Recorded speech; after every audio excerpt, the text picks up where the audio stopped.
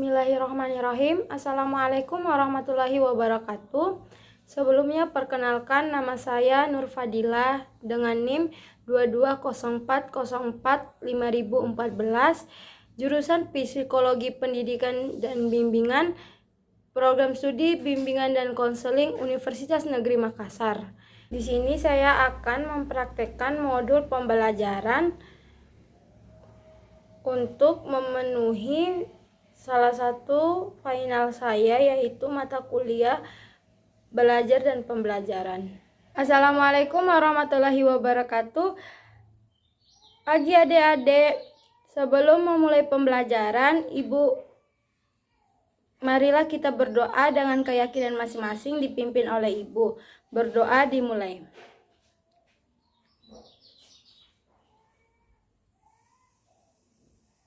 Berdoa selesai. Baik, Ibu akan memberikan satu yel-yel agar kita dalam proses pembelajaran tetap semangat. Ibu tunjukin ya. Tepuk semangat. Semangat. Semangat. Oke, mari bersama-sama kita bertepuk semangat. Semangat. Semangat. Baik, Ibu akan menyebutkan tujuan pembelajaran materi kita hari ini. Tujuan pembelajaran materi kita: 1.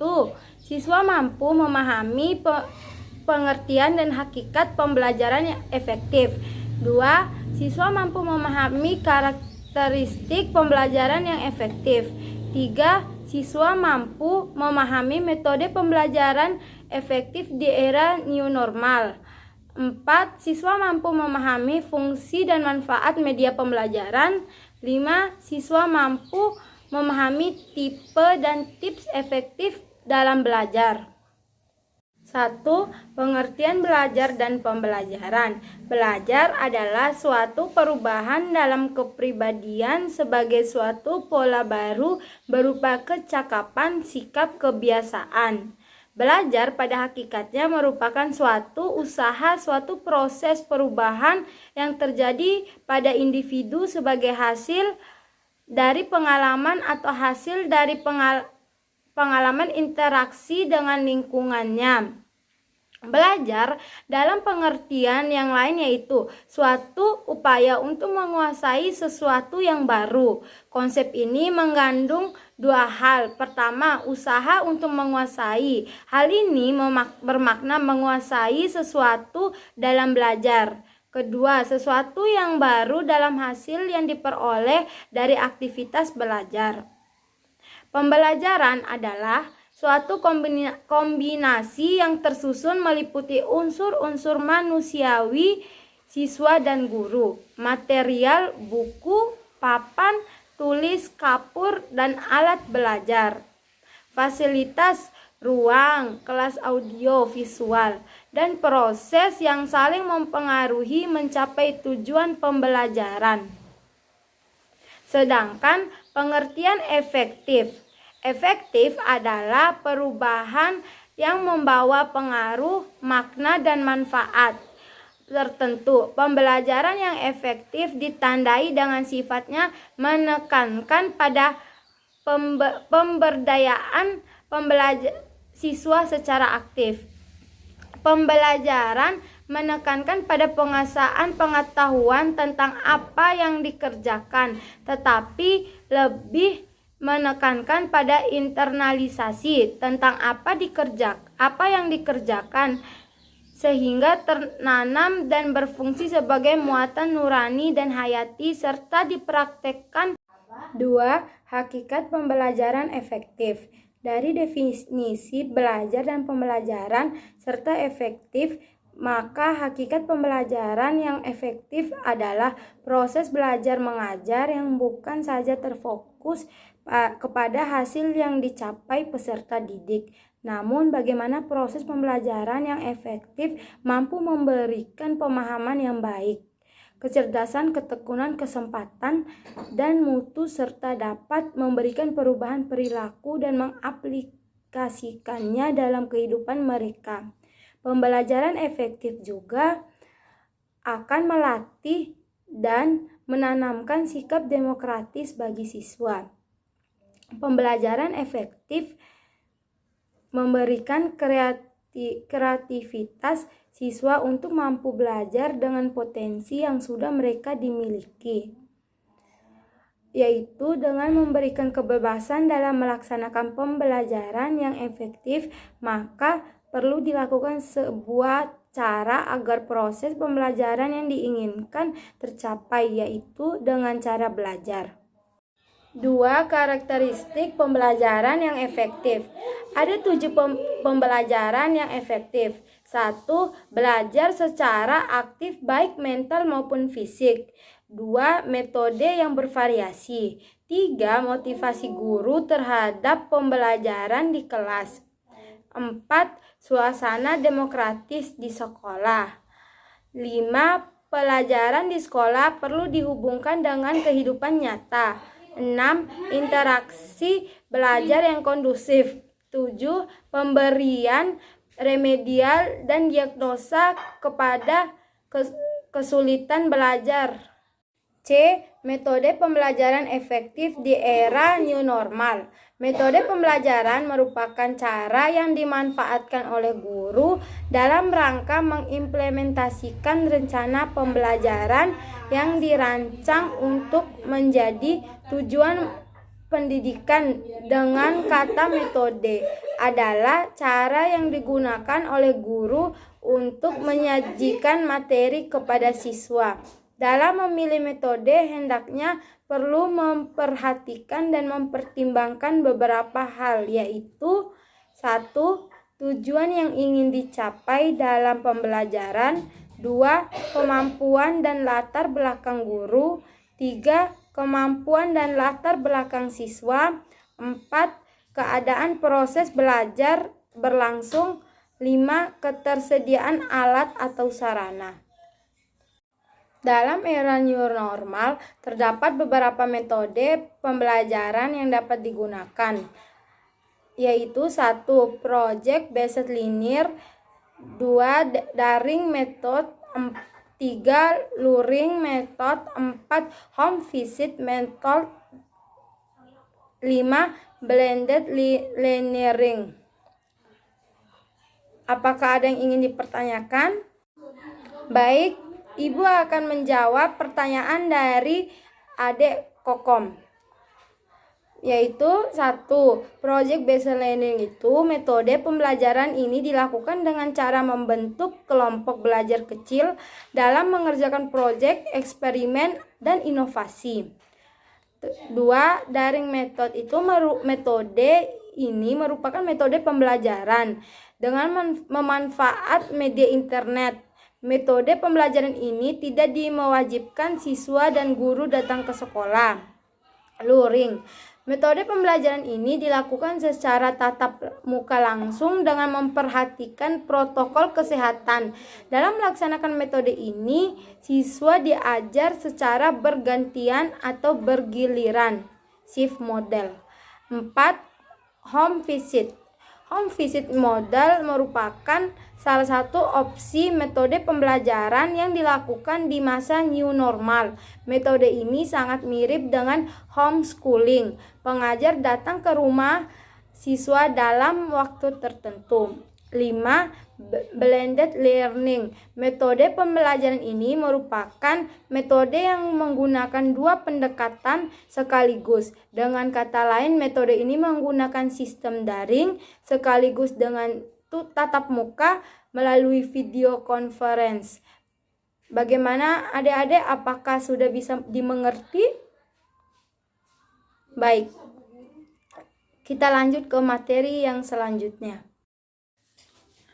Baik, sebelum kita melanjutkan materi, Ibu melihat bahwa para peserta didik kayak merasa kejenuhan. Mari kita yel-yel sebelumnya. Tepuk semangat. Semangat.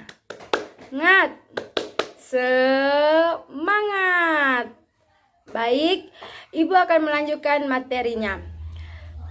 Fungsi dan manfaat media pembelajaran. 1. Fungsi media pembelajaran. Media pembelajaran sangat penting dalam proses pembelajaran karena guru dapat menyampaikan materi kepada siswa menjadi lebih bermakna. Guru tidak hanya menyampaikan materi berupa kata-kata dengan ceramah, tetapi dapat membawa siswa untuk memahami secara nyata materi yang disampaikan tersebut. Menurut Wina Sanjaya, ada beberapa fungsi dari penggunaan media pembelajaran, yaitu 1. Fungsi komunikatif. Media pembelajaran digunakan untuk memudahkan pembelajaran karena guru dapat antara penyampaian pesan dan penerima pesan, sehingga tidak ada kesulitan dalam menyampaikan bahasa verbal dan salah persepsi dalam menyampaikan pesan. 2. Fungsi motivasi. Media pembelajaran dapat memotivasi siswa dalam belajar. Dengan pengembangan media pembelajaran tidak hanya mengandung unsur artistik saja, akan tetapi memudahkan siswa mempelajari materi pelajaran sehingga dapat meningkatkan gairah siswa untuk belajar. 3. Fungsi bermakna. Penggunaan media pembelajaran dapat lebih bermakna, yakni pembelajaran bukan hanya meningkatkan penambahan informasi, tetapi dapat meningkatkan kemampuan siswa untuk menganalisis dan mencipta. 4. Fungsi penyamaan persepsi dapat menyamakan persepsi setiap siswa sehingga memiliki pandangan yang sama terhadap informasi yang disampaikan. 5. Fungsi individualitas. Dengan latar belakang siswa yang berbeda, baik itu pengalaman, gaya belajar, kemampuan siswa, maka media pembelajaran dapat melayani setiap kebutuhan setiap individu yang memiliki minat dan gaya belajar yang berbeda. 2. Manfaat media pembelajaran. Dengan adanya kemajuan teknologi informasi dan komunikasi, maka guru dalam memberikan materi pelajaran harus mengikuti kemajuan tersebut. Guru harus dapat menggunakan media pembelajaran yang menarik, menyenangkan, dan sesuai dengan kebutuhan belajar siswa, sehingga siswa dapat dengan mudah menerima pelajaran yang diberikan oleh guru.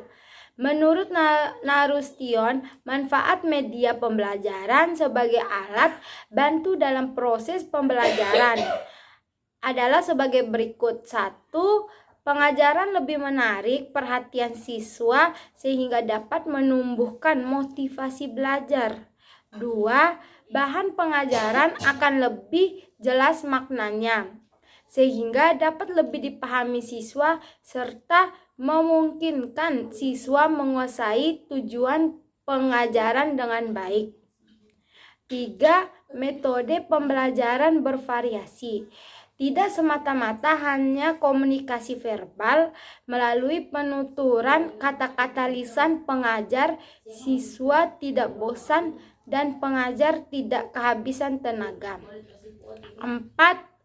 Siswa lebih banyak melakukan kegiatan belajar sebab tidak hanya mendengarkan penjelasan dari pengajar saja, tetapi juga aktivitas lain yang dilakukan seperti mengamati, melakukan, mendemonstrasikan, dan lain-lainnya. 5. Tipe dan tips efektif belajar. Tipe belajar. 1. Belajar dengan kata-kata. Gaya belajar ini sangat menyenangkan karena bisa membantu kita mengingat nama, tempat, tanggal, dan hal-hal lainnya dengan cara mendengar kemudian menyebutkannya. 2. Belajar dengan pertanyaan. Bagi sebagian orang, belajar efektif dan manfaat jika itu dilakukan dengan cara bermain dan dengan pertanyaan. 3. Belajar dengan gambar. Ada sebagian orang yang lebih suka belajar dengan membuat gambar, merancang, melihat gambar, slide, video, atau film. 4. Belajar dengan musik. Detak irama, nyanyian, dan mungkin memainkan salah satu instrumen musik atau selalu mendengarkan musik.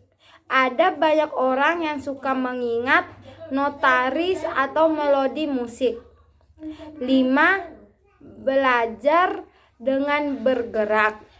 Gerak manusia menyentuh sampai berbicara dengan menggunakan tubuh untuk mengekspresikan gagasan adalah salah satu cara belajar yang menyenangkan. 6. Belajar dengan bersosialisasi. Bergabung dan membaur dengan orang lain adalah cara terbaik mendapatkan informasi dan belajar secara cepat. 7. Belajar dengan kesendirian. Ada sebagian yang orang gemar melakukan segala sesuatu, termasuk belajar dengan menyepi. Tips belajar. 1. Berdoa. 2. Siswa harus berubah cara berpikir. 3. Lakukan di ruang yang nyaman. 4. Tempelkan kata-kata penyemangat di dinding. 5. Sesuaikan belajar dengan gaya kita. 6. Belajar yang asik adalah belajar yang dikombinasikan dengan kesukaan siswa. 7. Seorang guru harus mengganti suasana jika keadaan mulai membosankan. Tidak terasa berakhirnya waktu mata pelajaran kita hari ini.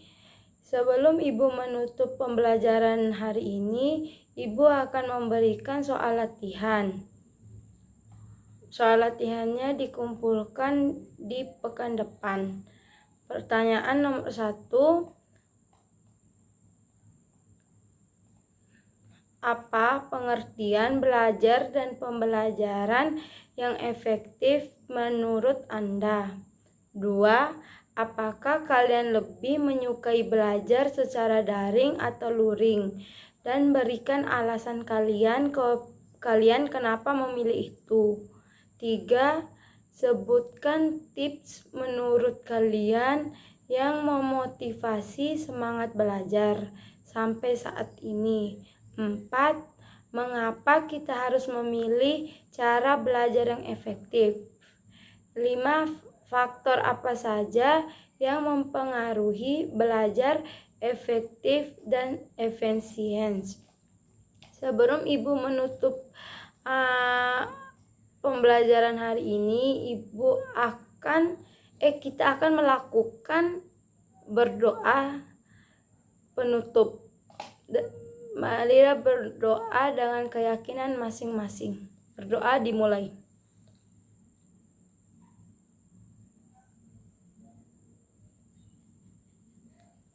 Selesai. Biar kita pulang tetap semangat. Mari kita yel-yel sebelum berakhirnya kegiatan belajar hari ini. Tepuk semangat. Semangat.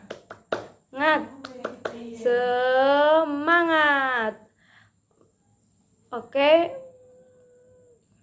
Dengan berakhirnya semua proses pembelajaran kita hari ini, Ibu akan menutup dengan Sekian, wassalamualaikum warahmatullahi wabarakatuh.